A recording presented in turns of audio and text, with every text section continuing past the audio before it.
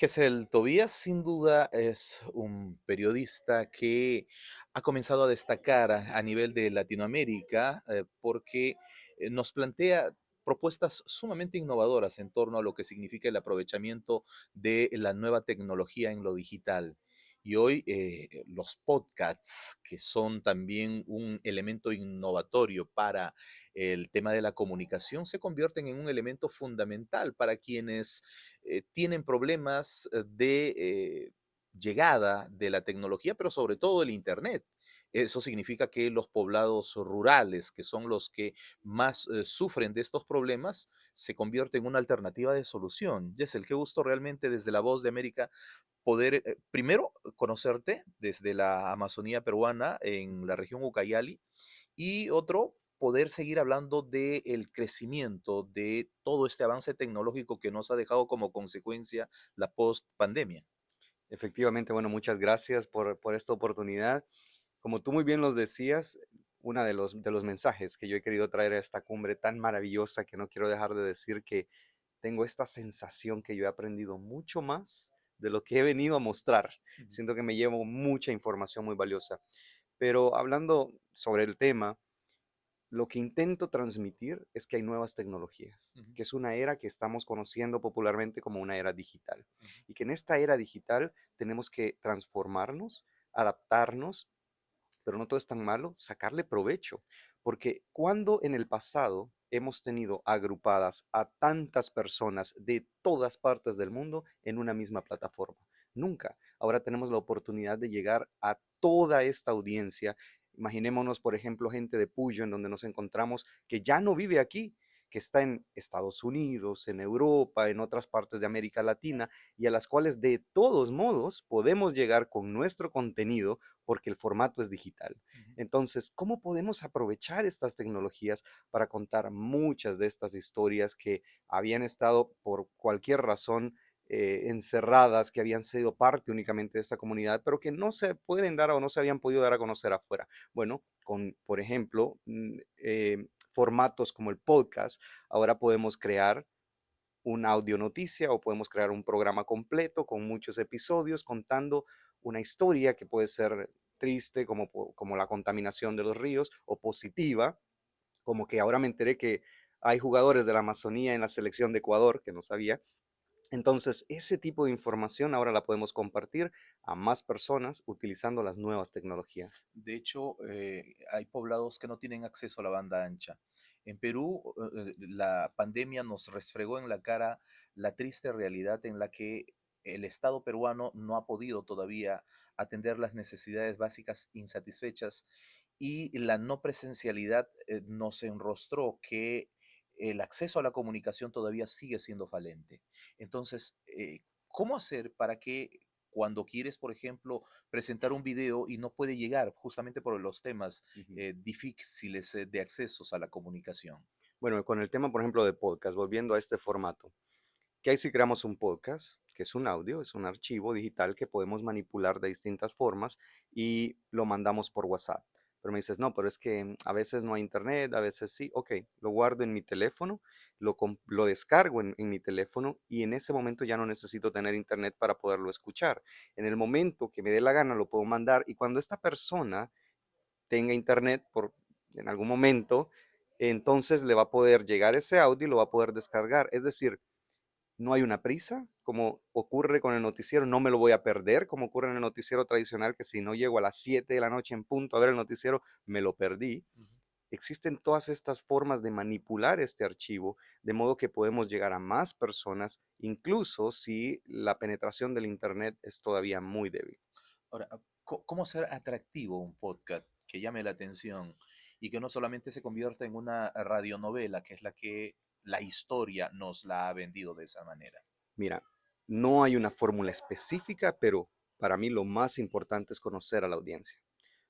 ¿Cómo le gusta a la audiencia ser tratada, por ejemplo. ¿Cómo nos dirigimos a esta audiencia específica? A lo mejor les gusta un tono más personal, entonces nosotros vamos y decimos, hola, ¿cómo están? Oye, ¿qué te pasó ayer? Mira, me escribió fulano de tal y me dijo esto. Oye, gracias por estarme escuchando.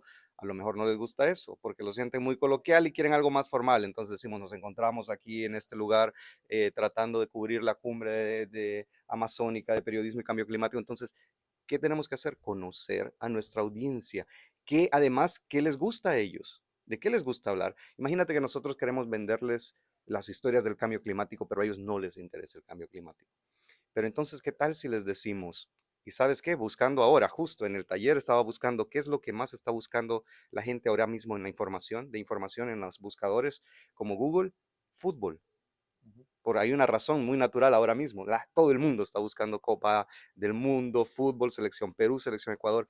¿Cómo hacemos para venderle entonces una historia de cambio climático a un público que quizás no esté interesado en buscar esta información? Bueno, ¿qué tal si decimos, debido al calentamiento global, algunos jugadores que viven en estas regiones están teniendo una, un performance, están desarrollándose con algunas limitaciones en comparación con otros jugadores de otras áreas y por lo tanto las posibilidades de este de poder dar todo su máximo de energía es limitada en comparación con este otro.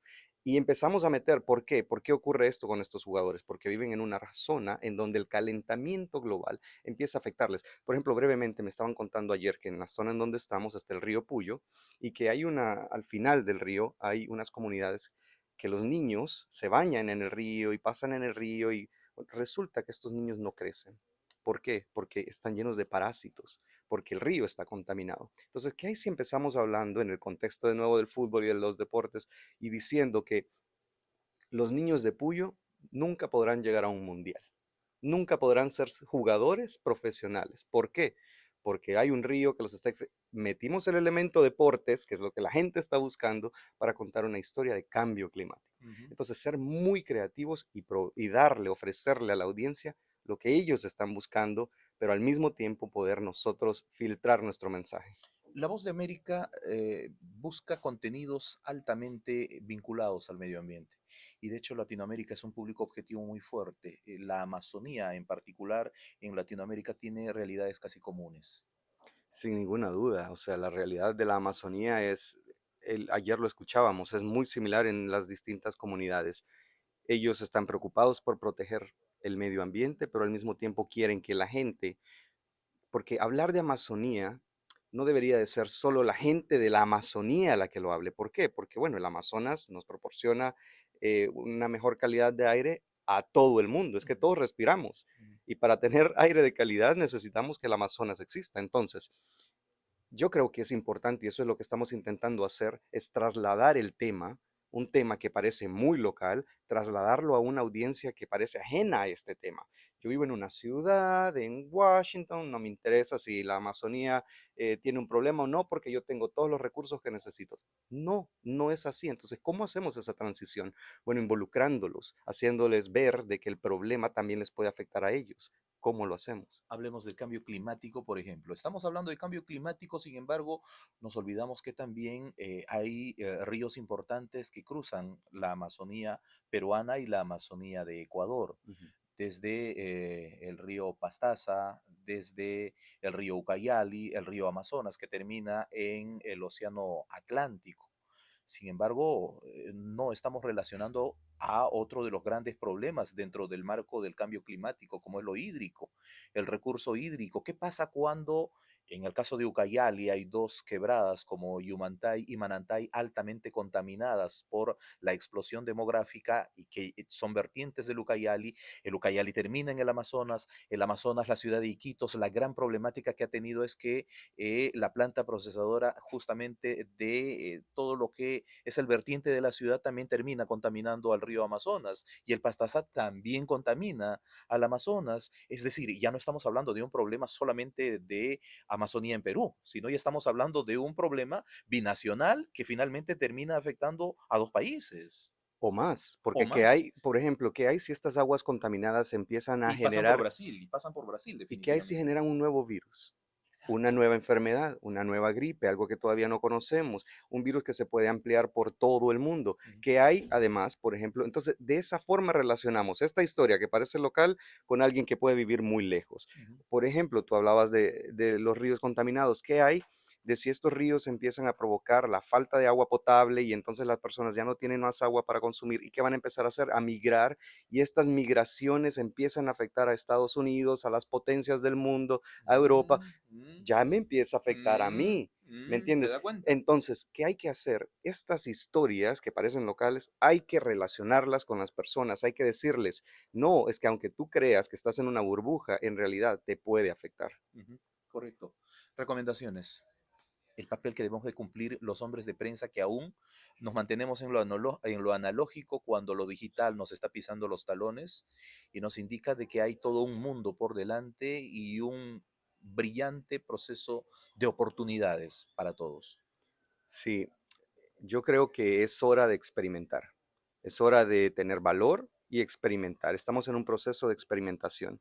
Tenemos esta nueva era digital con nuevos medios digitales. Todavía no hemos aprendido bien a sacarles el mayor provecho posible. Sabemos que tienen una gran potencial, pero todavía estamos en este proceso de encontrarle el cómo los podemos aprovechar. Entonces hay que experimentar, hay que tener las agallas, el valor de hacer pruebas, hay que tener también los conocimientos. Por lo tanto, también los invito a los periodistas a que, bueno, es que yo soy periodista de prensa, yo he escrito toda la vida y no me interesa nada más. No, vamos a reinventarnos nosotros mismos. ¿Por qué no agarramos el celular y qué más podemos hacer? ¿Dónde está consumiendo la gente ahora mismo información?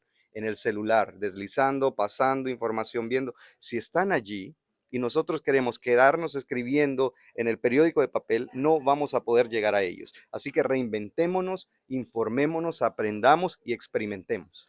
Muchísimas gracias, Yesel, por no solamente la oportunidad de conocerte, sino porque la voz de América también llegue hacia los ucayalinos en la Amazonía peruana. Muchísimas gracias a ti por tenerme aquí. Saludos para todos. Gracias. Listo.